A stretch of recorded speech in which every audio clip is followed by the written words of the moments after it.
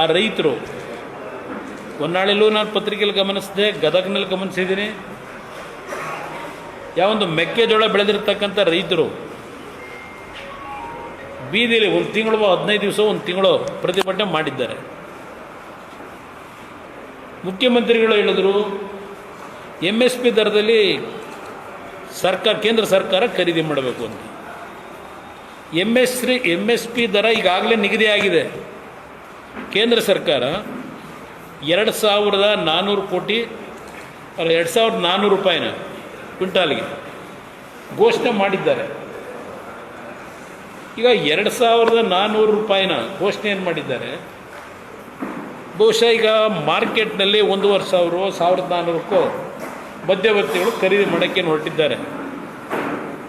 ಸರ್ಕಾರದ ಜವಾಬ್ದಾರಿ ಖರೀದಿ ಕೇಂದ್ರವನ್ನು ತೆರೆದು ಎಷ್ಟು ಬ್ಯಾಲೆನ್ಸ್ ಅಮೌಂಟ್ ಇದೆ 2,400ಕ್ಕೆ ಇವರು ಖರೀದಿ ಮಾಡ್ತಾರೆ. ಕೇಂದ್ರ ಸರ್ಕಾರದ ಮುಂದೆ ಹೋಗಿ ಒಂದು ಅರ್ಜಿ ಕೊಡಬೇಕು. ಈ 2,400 ರೂಪಾಯಿಗೆ ನಾವು ಇಷ್ಟು ರಾಜ್ಯ ಸರ್ಕಾರ ಬೆಂಬಲ ಬೆಲೆ ಕೊಟ್ಟಿದ್ದೀವಿ, ಅದಕ್ಕೆ ನೀವು ಮ್ಯಾಚಿಂಗ್ ಗ್ರಾಂಟ್ ಕೊಡಿ ಅಂತ ಕೇಳಬೇಕು ಇವರು. ನಾನು ಹಿಂದೆ ನೋಡಿದ್ದೀನಿ 2 ಬಾರಿ ಮುಖ್ಯಮಂತ್ರಿ ಆದಾಗ. ನಾನು ಎಂದೂ ಸಹ 2 ಬಾರಿ ಮುಖ್ಯಮಂತ್ರಿ ಇದ್ದಾಗಲೂ BJP ಅವ್ರ ಜೊತೆ ಸರ್ಕಾರ ಮಾಡಿದಾಗ ಕೇಂದ್ರದಲ್ಲಿ ಕಾಂಗ್ರೆಸ್ ಸರ್ಕಾರ, UPA ಸರ್ಕಾರ, ಕಾಂಗ್ರೆಸ್ ಜೊತೆ ಸರ್ಕಾರ ಮಾಡಿದಾಗ BJP ಸರ್ಕಾರ. ನಾನು ಯಾವುದೇ ವಿಷಯದಲ್ಲೂ ಕೇಂದ್ರ ಸರ್ಕಾರದ ಮುಂದೆ ನಮಗೆ ಅನ್ಯಾಯ ಮಾಡ್ತಾ ಇದ್ದೀರಿ, ನೀವು ದುಡ್ಡು ಕೊಡೋದನ್ನು ಕಟ್ ಮಾಡಿದ್ದೀರಿ, ಕೊಡಿ ನಮಗೆ ಅಂತೇಳಿ ಇಂಥ ಕಾರ್ಯಕ್ರಮ ಮಾಡಬೇಕು, ನಾನು ಕೊಡಿ ಅಂತ ಎಂದೂ ಸಹ ಅವ್ರ ಮುಂದೆ ಕೈ ಒಡ್ಲಿಲ್ಲ. 2018ರಲ್ಲಿ ನಿಮಗೆಲ್ಲ ಗೊತ್ತಿದೆ ಯಾವ ಮಟ್ಟದ ಮಳೆ ಅನಾಹುತಗಳಾಯಿತು. ಆ ಸಂದರ್ಭದಲ್ಲಿ ನಾನು ಕೇಂದ್ರ ಸರ್ಕಾರದ ನೆರವನ್ನು ನಿರೀಕ್ಷೆ ಮಾಡೋದಕ್ಕಿಂತ ಹೆಚ್ಚಾಗಿ ಕೊಡಗು ಜಿಲ್ಲೆಯಲ್ಲಿ 1,000 ಮನೆ 10 ಲಕ್ಷ ರೂಪಾಯಿ ವೆಚ್ಚದ ಮನೆಗಳು ಕಟ್ಕೊಟ್ಟಿದ್ದೀವಿ. ಇವತ್ತು ಕಣ್ಣು ಕಾಣ್ತಾ ಇದೆ. 1 ಲಕ್ಷ ರೂಪಾಯಿ ಅಡ್ವಾನ್ಸ್ ಕೊಟ್ಟು ಮನೆಗಳು ಕಂಡವರಿಗೆ, ಮನೆ ಕಟ್ಕೊಟ್ಟು ಅವ್ರು ವಾಸಕ್ಕೆ ಹೋಗೋವರಿಗೆ ತಿಂಗಳಿಗೆ 10,000 ಬಾಡಿಗೆ ಕೊಟ್ಟಿದ್ದೀವಿ. ಸರ್ಕಾರದ ರೆಕಾರ್ಡಲ್ಲಿ ಇದೆ ಅದೇ. ಈಗ ಪ್ರತಿಯೊಂದಕ್ಕೂ ನೀವು ಕೇಂದ್ರ ಸರ್ಕಾರ ಅವ್ರು ಕೊಡಬೇಕು. ಏನೋ ಮೆಥನಾಲ್ನ ನಮಗೆ ಅಲಾಟ್ಮೆಂಟ್ ಮಾಡಿದ್ರೆ ಕಡಿಮೆ ಮಾಡಿದ್ದಾರೆ. ಕಬ್ಬು ಬೆಳೆಗಾರರಿಗೆ ಕೇಂದ್ರ ಸರ್ಕಾರ ನಿಗದಿ ಮಾಡಬೇಕು. ಹೌದು, FRP ದರ ಅವ್ರು ನಿಗದಿ ಮಾಡಿದ್ದಾರೆ, 3,500 ಅಂತ ನಿಗದಿ ಮಾಡಿದ್ದಾರೆ. ನಾನು 2006ರಲ್ಲಿ ಕಬ್ಬು ಮಾರಾಟ ಮಾಡೋಕ್ಕಾಗಲಿಲ್ಲ, ರೈತರು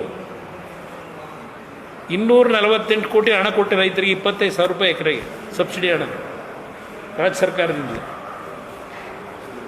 ಸಾಲ ಮನ್ನಾ ಮಾಡೋದು. ಈಗ ತುಂಗಭದ್ರಾ ಡ್ಯಾಮ್ ಹೋದರೆ ಅಲ್ಲಿ ಆ ಗೇಟ್ಗಳನ್ನು ಇನ್ನೂ ಸರಿಪಡಿಸಿದೆ. ಹೋದ ಸಲ ಏನಾಗಿದೆ, ಹೋದ ವರ್ಷ ನಿಮಗೆ ಗೊತ್ತಿದೆ, ಅವನು ಯಾರೋ ಪಾಪ ಗೇಟ್ ಹಾಕೋದಕ್ಕೆ ಬಂದ, ಕೆಲಸ ತಗೊಂಡ, ಇವತ್ತವರೆಗೂ ₹1 ಕೊಡಲಿಲ್ಲ. 12 ಕೋಟಿ ಪೆಂಡಿಂಗ್ ಇಟ್ಟವ್ರೆ.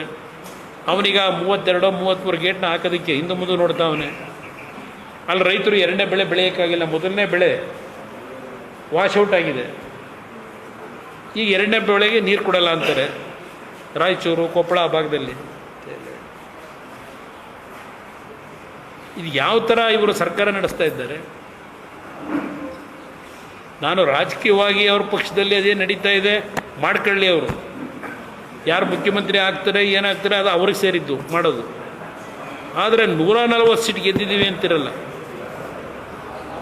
ಜನ ನಿಮ್ಮನ್ನ ಆಯ್ಕೆ ಮಾಡಿದ್ರು, ಇಲ್ಲಪ್ಪ ನಮ್ಮ ರಾಜ್ಯಕ್ಕೆ ಅನ್ಯಾಯ ಆಗಿದೆ, ಇವ್ರಿಗೆ ಕೊಟ್ಟರೆ ನಮ್ಮನ್ನು ಉಳಿಸ್ತಾರೆ ಅಂತೇಳಿ ಪಾಪ ನಿಮ್ಮನ್ನು ಆಯ್ಕೆ ಮಾಡಿದ್ದಾರೆ. ಆದರೆ ನೀವು ಜನಕ್ಕೆ ಏನು ಕೊಡ್ತಾ ಇದ್ದೀರಿ? ಕಲಬುರಗಿ, ರಾಯಚೂರು, ಯಾದಗಿರಿ, ಬೀದರು, ಯಾವ್ಯಾವ ಜಿಲ್ಲೆಯಲ್ಲಿ ಎಷ್ಟು ಪ್ರಮಾಣದಲ್ಲಿ ನಷ್ಟ ಆಗಿದೆ, ಕೇಂದ್ರ ಸರ್ಕಾರಕ್ಕೆ ಹೋಗಿ ಮನವಿ ಕೊಟ್ಟು ಕೇಂದ್ರ ಸರ್ಕಾರದಿಂದ ವೀಕ್ಷಕರು ತಂಡ ಕಳಿಸ್ತಿಲ್ಲ. ಈಗೇನೋ ಅರ್ಜಿ ಕೊಟ್ಟಿದ್ದೀವಿ ಬರೋಕ್ಕೆ ಅಂತ ಹೇಳ್ತಾರೆ.